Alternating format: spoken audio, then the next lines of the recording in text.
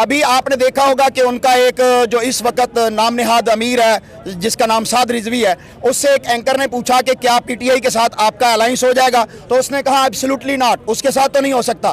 اسی اینکر نے دوبارہ سوال کیا کہ کیا آپ کا نون لیگ کے ساتھ جو ہے وہ اتحاد ہو جائے گا، تو اس نے کہا ہاں ہو جائے گا۔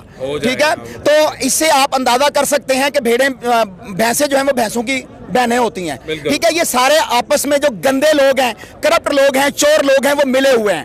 یہ جو ٹی ایل پی والے ہیں یہ بھی اسی طرح کے 2 نمبر ہیں۔ انہوں نے فرانس کا نام جو ہے وہ استعمال کر کے پاکستان کے اندر انتشار پھیلایا، اور فضل الرحمان نے جو ہے وہ اسرائیل کا نام استعمال کر کے یہاں پر ووٹ جو ہے وہ حاصل کیا اور انتشار پھیلایا۔ ٹھیک ہے، یہ سارے گھسے پٹے ہوئے مہرے ہیں، یہ بے نقاب ہو چکے ہیں۔ عمران خان ان کو ننگا کر چکا ہے۔ پاکستانی قوم جو ہے اس کا مسیحا صرف اور صرف عمران خان ہے، کسی اور کو نہیں دیکھنا چاہتا۔ صرف پاکستان کا نہیں، امت مسلمہ کا لیڈر جو ہے وہ عمران خان ہے۔ عمران خان ہے جو اسلام کو پریزنٹ کرتا ہے۔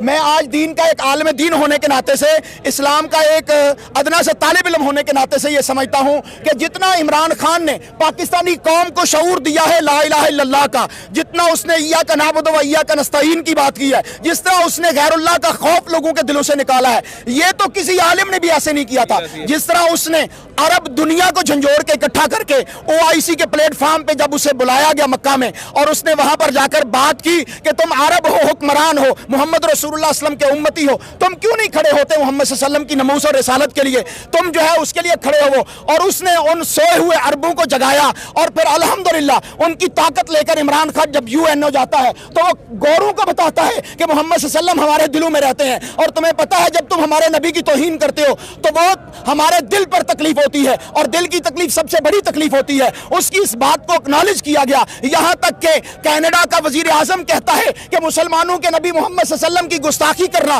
یہ جرم ہے، اور پھر روس کا جو صدر ہے وہ یہاں تک بول اٹھتا ہے کہ محمد صلی اللہ علیہ وسلم کی گستاخی اور توہین کرنا یہ کوئی آزادی اظہار نہیں ہے، یہ جرم ہے۔ لہذا عمران خان کی بات کو انٹرنیشنل دنیا جو ہے وہ سنتی ہے، جانتی ہے، مانتی ہے، اکنالج کرتی ہے، اور اس کی بات پر امپلیمنٹ ہوتا ہے۔